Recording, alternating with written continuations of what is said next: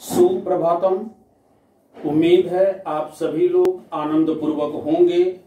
आप लोगों को अध्ययन का परमानंद प्राप्त हो, इसकी प्रार्थना करते हुए, शुभ मंगल कामना करते हुए आइए आपके पाठ्यक्रम में पाठ नंबर 2 जो राम लक्ष्मण परशुराम संवाद है उसके अंतिम अंश की आज हम लोग व्याख्या करने के लिए सामने हैं।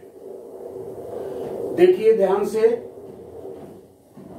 से देखिए, सुनिए और समझिए। जब लक्ष्मण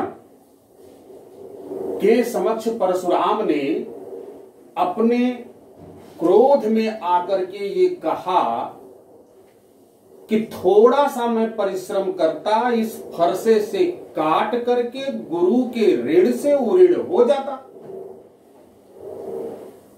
उसके बाद लक्ष्मण उनका चूंकि लगातार ही परशुराम का उपहास उड़ा रहे हैं, फिर से उनका उपहास उड़ाते हुए लक्ष्मण जो कहते हैं वहीं से आज प्रारंभ है।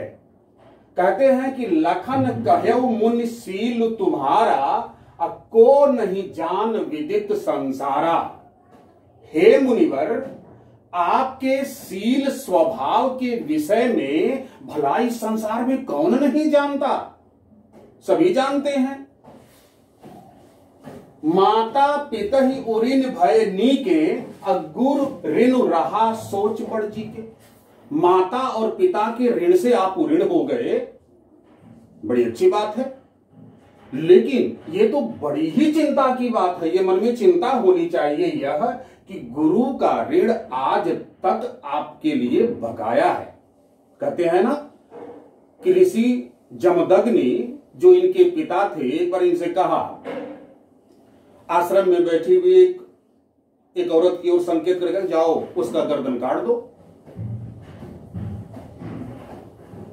परशुराम गए, अपने फरसे से खचाक गर्दन काट दिया। वह महिला कोई और नहीं, उनकी मां थी।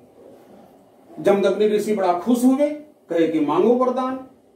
कहा कि परशुराम जी ने कहा कि एक काम कीजिए, मेरी मां को जिंदा कर दीजिए और इस शर्त के साथ कि यह घटना उसे कभी भी याद न रहे।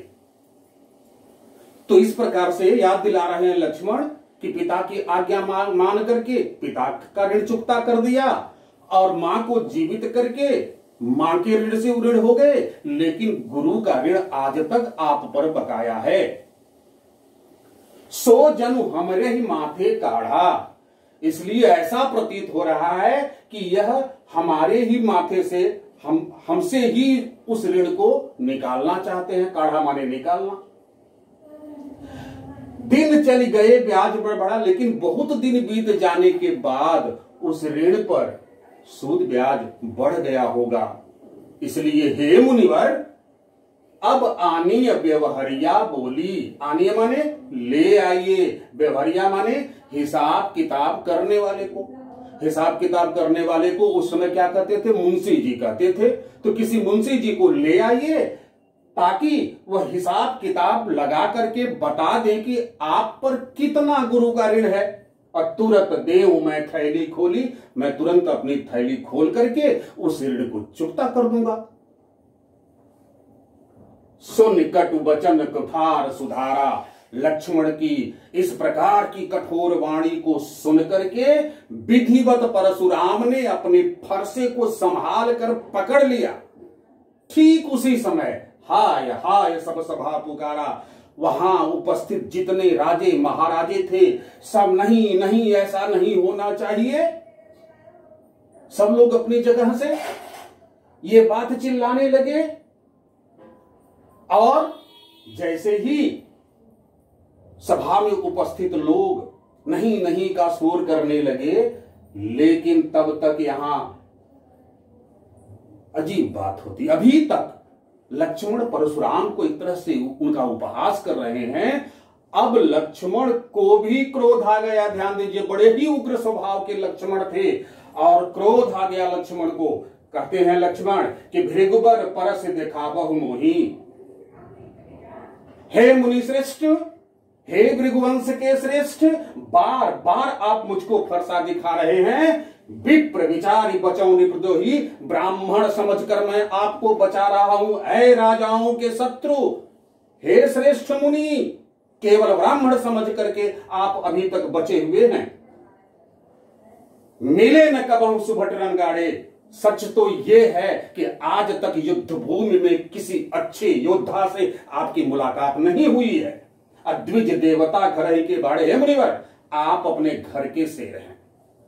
हे ब्राह्मण देव, द्विज देवता माने हे ब्राह्मण देव अर्थात हे मुनिवर, आप अपने घर में श्रेष्ठ हैं, लेकिन आज तक युद्ध भूमि में एक श्रेष्ठ योद्धा से सामना आपका नहीं हुआ है।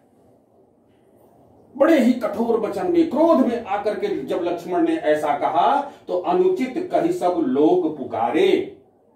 परशुराम के भय से भयाक्रांत वहां देश विदेश से इकट्ठे हुए राजे महाराजे ने कहा कि नहीं, ये बालक यह बात गलत बोल रहा है, ऐसा नहीं बोलना चाहिए, इसको इस तरह की स्थिति पैदा नहीं करनी चाहिए। जब ये परिस्थिति आ गई तो रघुपति अर्थात राम ने जब ये देखा कि लक्ष्मण के ऊपर लगातार अपने क्रोध के कारण परशुराम एकदम परेशान है कि ये बच्चा बार बार मेरे प्रश्न का उत्तर दिए जा रहा है, तब भगवान श्री राम ने सयन ही लखन निवारे, अपने आंखों के इशारे से कहा लक्ष्मण से कि बस अब बंद करो, जितना आपका काम था आपने कर दिया। इसके बाद क्या है, लखन उतर आहुत सरिस भृगुबर कोप कृषान,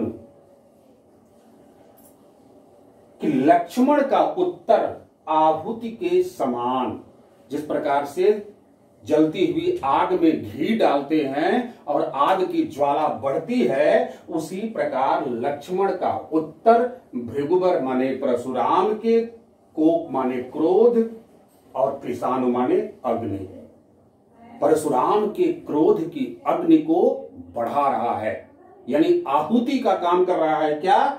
लक्ष्मण का उत्तर। ध्यान दीजिए, लखन उतर आहुत सरिस भृगुबर कोप कृषानु, कौन सा अलंकार इसमें है? ध्यान से देखिए तो आपको दिखेगा कि इसमें उपमा अलंकार है। फिर क्या आगे है कि बढ़त देख जल सम वचन, इसमें भी उपमा अलंकार है कि बढ़त देख जल सम वचन बोले रघुकुल भानु, कि लगातार लक्ष्मण के उत्तर देने के कारण बढ़ती हुई परशुराम की क्रोधाग्नि को देखकर और विपरीत स्थिति को समझकर कि अब यहाँ उपस्थित सारे लोग भी लक्ष्मण के विपरीत हो गए हैं, ऐसा जान करके बोले रघुकुल भानु। रघुकुल भान माने रघुकुल के सूर्य अर्थात राम बड़ी ही मीठी मनोहर कोमल भाषा में बोले। क्या बोले? बोले ये कि राम मात्र लघु नाम हमारा, अब परशु सहित बड़ नाम तुम्हारा। हे प्रभु, काहे आप इतना क्रोध कर रहे हैं? मेरा तो छोटा सा नाम है राम और आपका तो बड़ा नाम है, आप बड़े हैं, आप तो परशुराम हैं। जैसे ही राम ने ये कहा वैसे तेज झटका लगा परशुराम को। पता तो उनको था ही कि रामावतार होने वाला है, लेकिन क्या हो गया यह सोच करके उन्होंने अपने कंधे से धनुष को उतार कर राम को दिया और कहा कि इस पर आप प्रत्यंचा चढ़ाइए। राम ने उस पर प्रत्यंचा चढ़ाकर उस पर एक बाण का संधान किया और जैसे ही प्रत्यंचा राम ने चढ़ाया, परशुराम का जो क्रोध शांत होकर के जब उन्होंने ध्यान से देखा तो सामने विष्णु को पाया। सारा क्रोध उनका वहीं पर शांत हो गया और तब राम ने कहा कि हे मुनिवर, अब इस पर तो बाण चढ़ गया है, इसका संधान हो गया है, अब आप ही बताइए कि इसका संधान कहां करूं। परशुराम ने कहा कि हे प्रभु, इसका संधान कर मेरे अंदर के अहंकार को मार दीजिए। इस प्रकार से राम संधान करते हैं और परशुराम के सभी अहंकार का विनाश करते हैं और परशुराम वहां से घूम करके वापस प्रसन्न चित्त यह जान करके कि राम का अवतार हो गया है, यह जान करके वो चले जाते हैं। इस प्रकार से आपका ये संपूर्ण पाठ यहीं पर समाप्त होता है।